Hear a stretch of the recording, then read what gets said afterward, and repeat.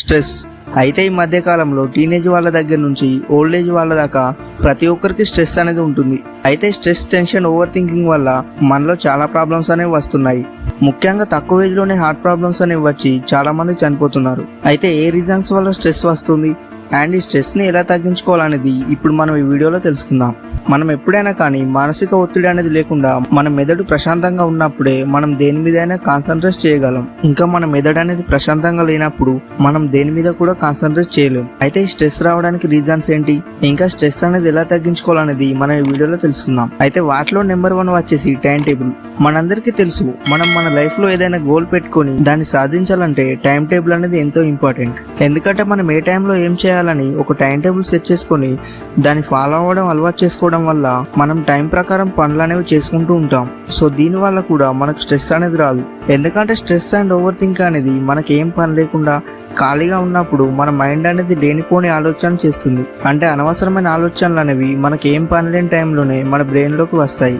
So ఇక మనం time table follow అవటం వల్ల మనం డైలీ చేయాల్సిన పనులు అనేవి అన్ని టైం ప్రకారం చేస్తాం. సో దీనివల్ల మన బ్రెయిన్ అనేది చాలా ఫ్రెష్ గా ఉంటుంది అండ్ స్ట్రెస్ అనేది కూడా చాలా వరకు తగ్గిపోతుంది. నెంబర్ 2, ఉన్న వాటితో హ్యాపీగా ఉండకపోవడం. అయితే మనలో చాలా మంది ఎలా ఉంటారంటే వాళ్ళకు ఉన్నదాంతో హ్యాపీగా ఉండరు అండ్ లేని దానికోసం ఆరాటపడుతూ ఉంటారు. అంటే వాళ్ళలో ఉండే కోరికలకు ఒక లిమిట్ అనేది ఉండదు. ఇలా ఉన్నదాంతో హ్యాపీగా ఉండకుండా లేని దానికోసం బాధపడే వాళ్ళు ఎప్పుడు కూడా హ్యాపీగా ఉండలేరు అండ్ వీళ్ళలో స్ట్రెస్ అనేది కూడా చాలా ఎక్కువగా ఉంటుంది. అయితే మన మెంటాలిటీ అనేది ఇలా ఎప్పుడు కూడా ఉండకూడదు. అండ్ మన మెంటాలిటీ ఎలా ఉండాలంటే మనం మనకున్న డబ్బు లేదా వస్తువులతోనే హ్యాపీగా ఉండాలి. అండ్ ఇలా ఉన్నదాంతో హ్యాపీగా ఉండే వాళ్ళలో ఎలాంటి ప్రాబ్లమ్స్ అనేవి ఉండవు. వీళ్ళు ఎప్పుడు కూడా హెల్దీగా అండ్ హ్యాపీగా ఉంటారు. Number 3, book reading. బుక్స్ చదవటం అనేది ఒక మంచి అలవాటు. ఎందుకంటే మనం డైలీ రెగ్యులర్ గా బుక్స్ చదవటం వల్ల మనకు కొత్త విషయాలు అనేవి తెలుస్తాయి. అలాగే మనకు నాలెడ్జ్ అనేది కూడా చాలా పెరుగుతుంది. ఇంకా ఇలా డైలీ బుక్స్ చదవడం వల్ల మనలో ఉండే స్ట్రెస్ అనేది కూడా చాలా వరకు తగ్గించుకోవచ్చు. Number 4, emotional intelligence. అంటే మన మనసులో ఉండే ఫీలింగ్స్ అన్నిటిని ఒక బుక్ లో రాయడం అనేది అలవాటు చేసుకోవాలి. సో దీనివల్ల మనలో ఉండే నెగిటివ్ ఎమోషన్స్ అనేవి చాలా వరకు తగ్గిపోతాయి.